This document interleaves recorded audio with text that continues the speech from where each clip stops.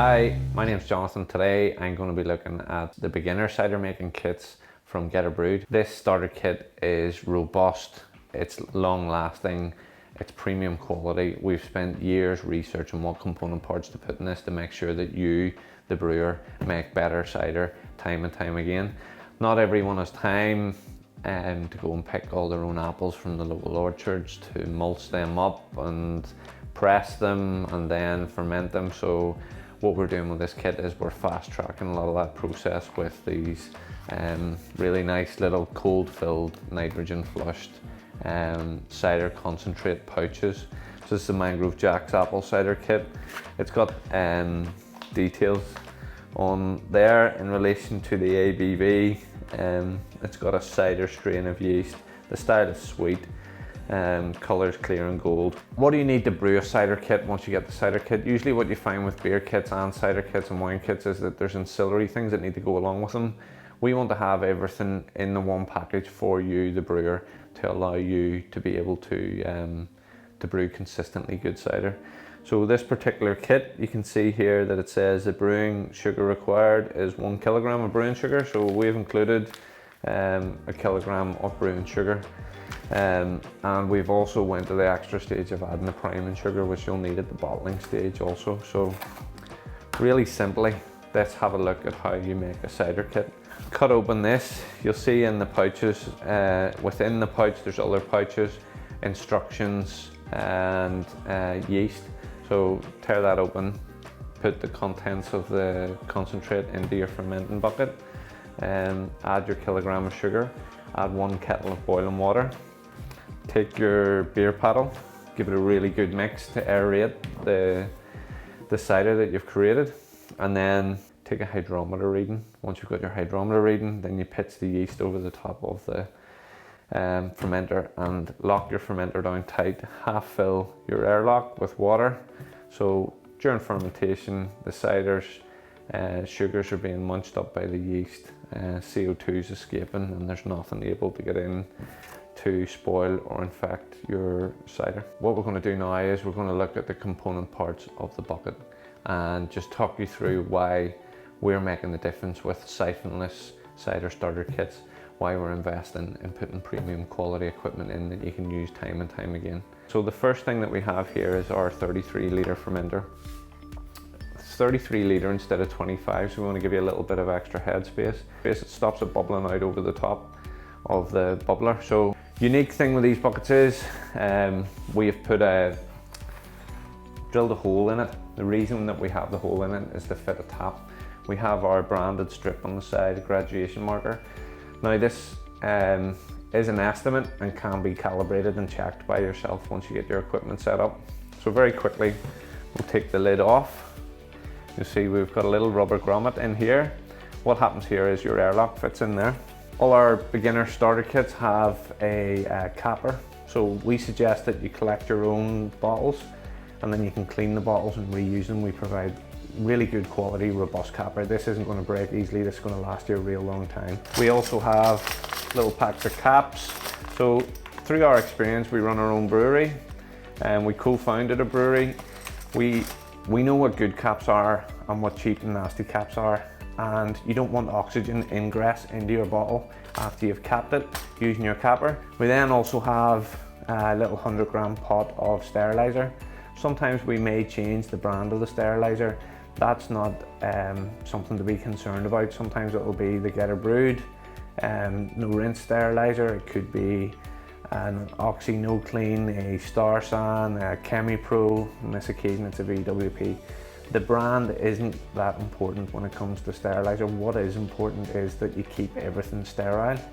So what we suggest you do whenever you get your starter kit set up is that you sterilize everything that's going to come in contact with the liquid that you're making.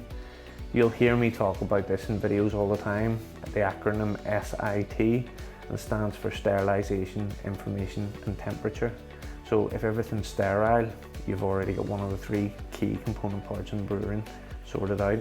The I is information to read your instructions, and the T is temperature, because a constant temperature will ensure a successful fermentation.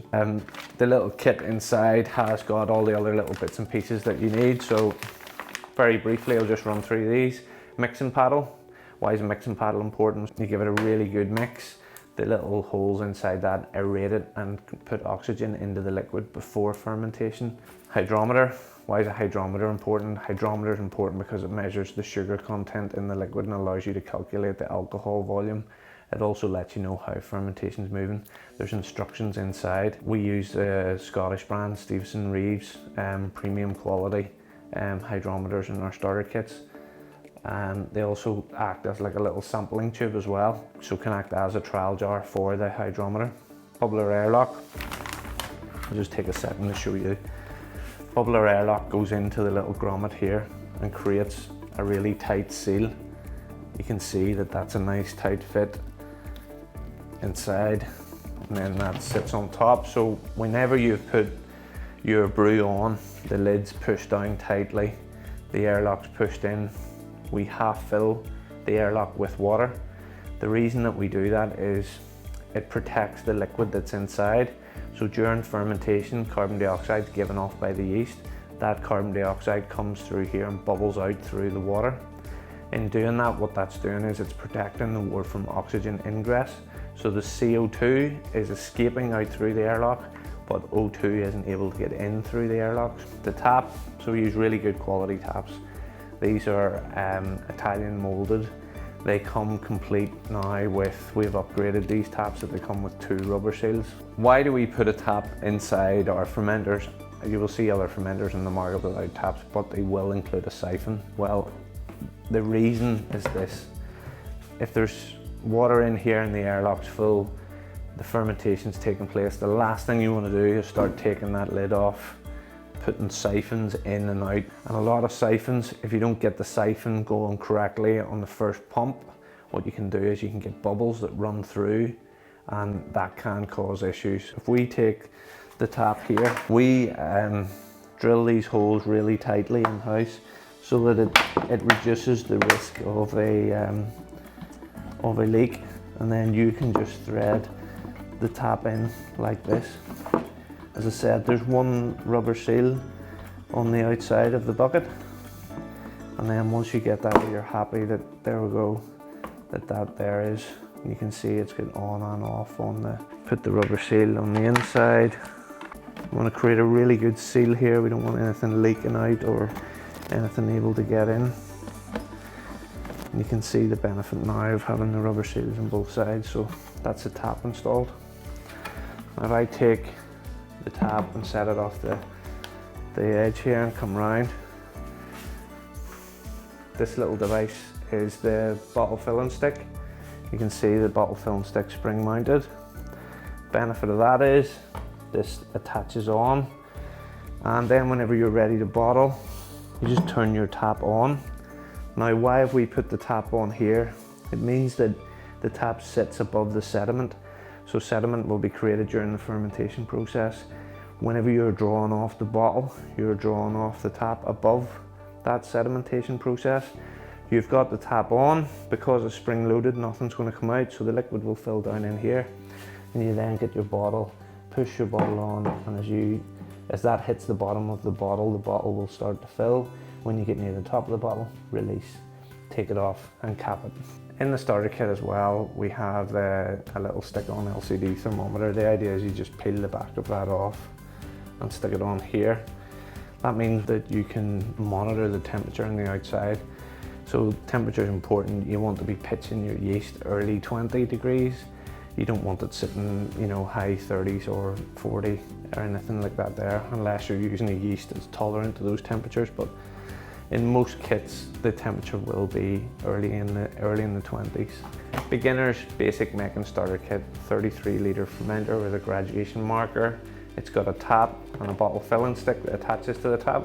Instead of siphons, we have hydrometer, stick-on thermometer for the front for monitoring the temperature, sterilizer, mixing paddle, airlock grommet, quality capper and quality caps. Now everything here has been tested. This stuff will last you for years, hundreds of brews.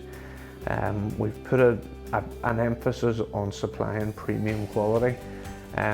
We're an independent family business who are very passionate about the industry. We want people to continue to brew, we want them to brew successfully.